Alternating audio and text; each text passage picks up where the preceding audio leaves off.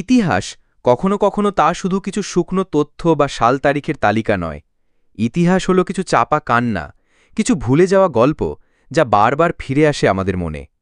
আজ আমরা তেমনই এক ভুলে যাওয়া ইতিহাসের দিকে ফিরে তাকাব, যা আমাদের দেশভাগের মূল কারণগুলির মধ্যে অন্যতম। দ্য বেঙ্গল ফাইলস, পরিচালক বিবেক অগ্নিহোত্রীর ফাইলস ট্রিলজির শেষ ছবি। দ্য কাশ্মীর ফাইলস এবং দ্য তাশখান্দ ফাইলসের পর এবার তিনি তুলে ধরেছেন ১৯৪৬ সালের অবিভক্ত বাংলার ভয়াবহ সাম্প্রদায়িক দাঙ্গার কাহিনী। ছবির মূল প্রেক্ষাপট হল ১৯৪৬ সালের ডাইরেক্ট অ্যাকশন ডে এবং নোয়াখালীর দাঙ্গা। এই ছবি সেই সময়কার বাংলার রাজনৈতিক ও সামাজিক অস্থিরতাকে তুলে ধরে। জিন্নার ডাইরেক্ট অ্যাকশন ডে এর ডাক এবং তার ফলশ্রুতি যে বিভীষিকা নেমে এসেছিল, সেই সত্যকেই পর্দায় নিয়ে এসেছেন পরিচালক। এটি শুধু একটি সিনেমার গল্প নয়, এটি একটি মানবাধিকারের প্রশ্ন, জীবনের অধিকারের প্রশ্ন। নমস্কার বন্ধুরা, এই ভিডিওটিতে আমরা এই সিনেমাটির ঐতিহাসিক পটভূমি এবং একে কেন্দ্র করে উদ্ভূত বিতর্কগুলি সম্পর্কে আলোচনা করব। আমার চ্যানেলে আপনাদের সবাইকে স্বাগত।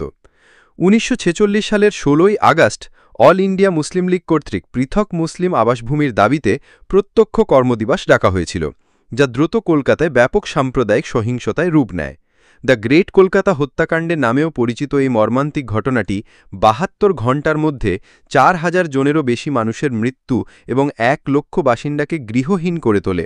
এটি ভারত বিভাগের দিকে একটি গুরুত্বপূর্ণ মোড় হিসেবে চিহ্নিত করে।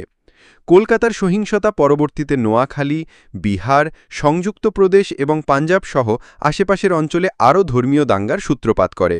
১৯৪৬ সালের অক্টোবরে সংঘটিত নোয়াখালীর দাঙ্গাকে বিশেষভাবে চলচ্চিত্রের কেন্দ্রবিন্দু হিসেবে তুলে ধরা হয়েছে।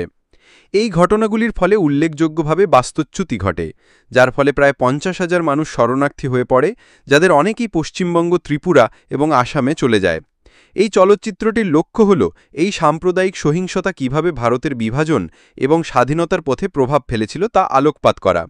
এই ঘটনাগুলি ব্যাপকভাবে স্বীকৃত যে এটি ভারত বিভাগের বীজ বপন করেছিল, যা বাংলাকে হিন্দু অধ্যুষিত পশ্চিম বাংলা এবং মুসলিম অধ্যুষিত পূর্ব বাংলা বা বর্তমান বাংলাদেশে বিভক্ত করতে ভূমিকা রাখে।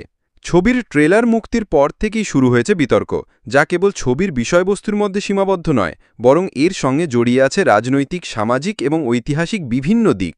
বিতর্কের মূল কারণগুলো হল ঐতিহাসিক বিকৃতি।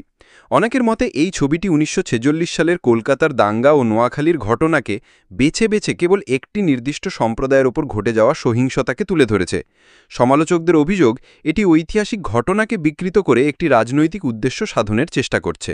ছবিটিতে ব্যবহৃত কিছু সংলাপ এবং দৃশ্য, যেমন বাংলা দ্বিতীয় কাশ্মীর হতে চলেছে, এই বিতর্ককে আরও উস্কে দিচ্ছে। मैं एक कश्मीरी पंडित हूँ, इसीलिए यकीन के साथ कह सकता हूँ बंगाल दूसरा कश्मीर बनता जा रहा है। ট্রেলারের শুরুতে একজন কাশ্মীরি পণ্ডিতের কণ্ঠেই সংলাপটি শোনা যায়। এই ধরনের সংলাপ দিয়ে বাংলা এবং কাশ্মীরের পরিস্থিতিকে একই সমতলে আনার চেষ্টা করা হয়েছে, যা নিয়ে ব্যাপক বিতর্ক চলছে। সমালোচকদের মতে এটি বাংলার বর্তমান পরিস্থিতিকে অতিরঞ্জিত করে উপস্থাপন করছে। বিভাজন সৃষ্টিকারী বিষয়বস্তু।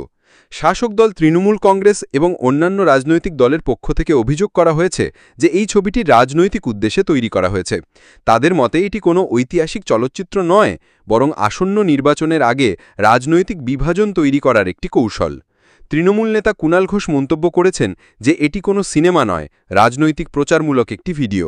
বিবেক অগ্নিহোত্রী তিনি নাটক করছেন পরিচালক নামে, কিন্তু তিনি যেগুলো তৈরি করেন সেগুলো রাজনৈতিক উদ্দেশ্য প্রণোদিত এবং মানুষে মানুষে বিভেদ বাড়ানোর। গোপাল পাঠা চরিত্রের উপস্থাপন। ছবিতে ঐতিহাসিক চরিত্র গোপালচন্দ্র মুখোপাধ্যায়, যিনি গোপাল পাঠা নামে পরিচিত, তার চরিত্রটি যেভাবে দেখানো হয়েছে তা নিয়েও বিতর্ক চলছে। কেউ কেউ মনে করেন একজন বিতর্কিত ব্যক্তিকে বীর হিসাবে উপস্থাপন করা হচ্ছে। এই ছবিতে ১৯৪৬ সালের দাঙ্গায় হিন্দুদের রক্ষায় সক্রিয় ভূমিকা পালন করা ঐতিহাসিক চরিত্র গোপালচন্দ্র মুখোপাধ্যায় বা গোপাল পাঠাকে দেখানো হয়েছে, যার চরিত্রের অভিনয় করেছেন সৌরভ দাস। কিন্তু কিছু মহলের মতে তিনি একজন বিতর্কিত ব্যক্তি এবং তাকে যেভাবে একজন বীর হিসাবে উপস্থাপন করা হচ্ছে তা পক্ষপাতদুষ্ট। আমরা যে গোপাল মুখার্জির উত্তরসূরি বা পরবর্তী প্রজন্ম, সেই আইডেন্টিটিটা আমাদের মনে হচ্ছে আমরা হারিয়ে ফেলেছি। কারণ এইরকম একটা ঘটনা ঘটতে চলেছে, সিনেমা হতে চলেছে বা হবে, যার মুখ্য চরিত্র গোপাল মুখার্জি।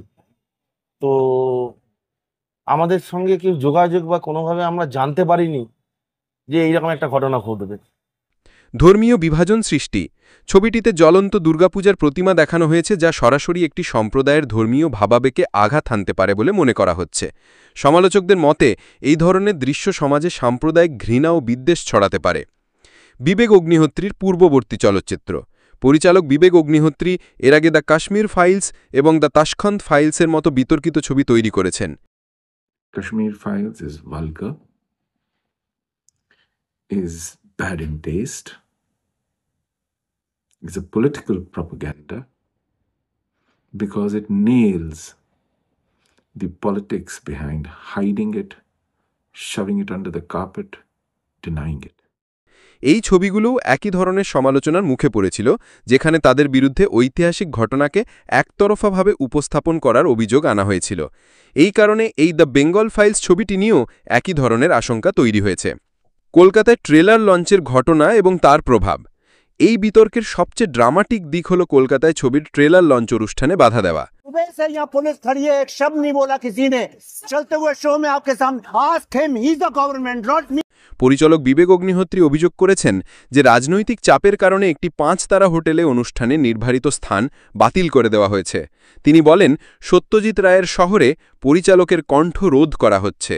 এই ঘটনায় রাজনৈতিক মহলে তীব্র প্রতিক্রিয়া দেখা গিয়েছে।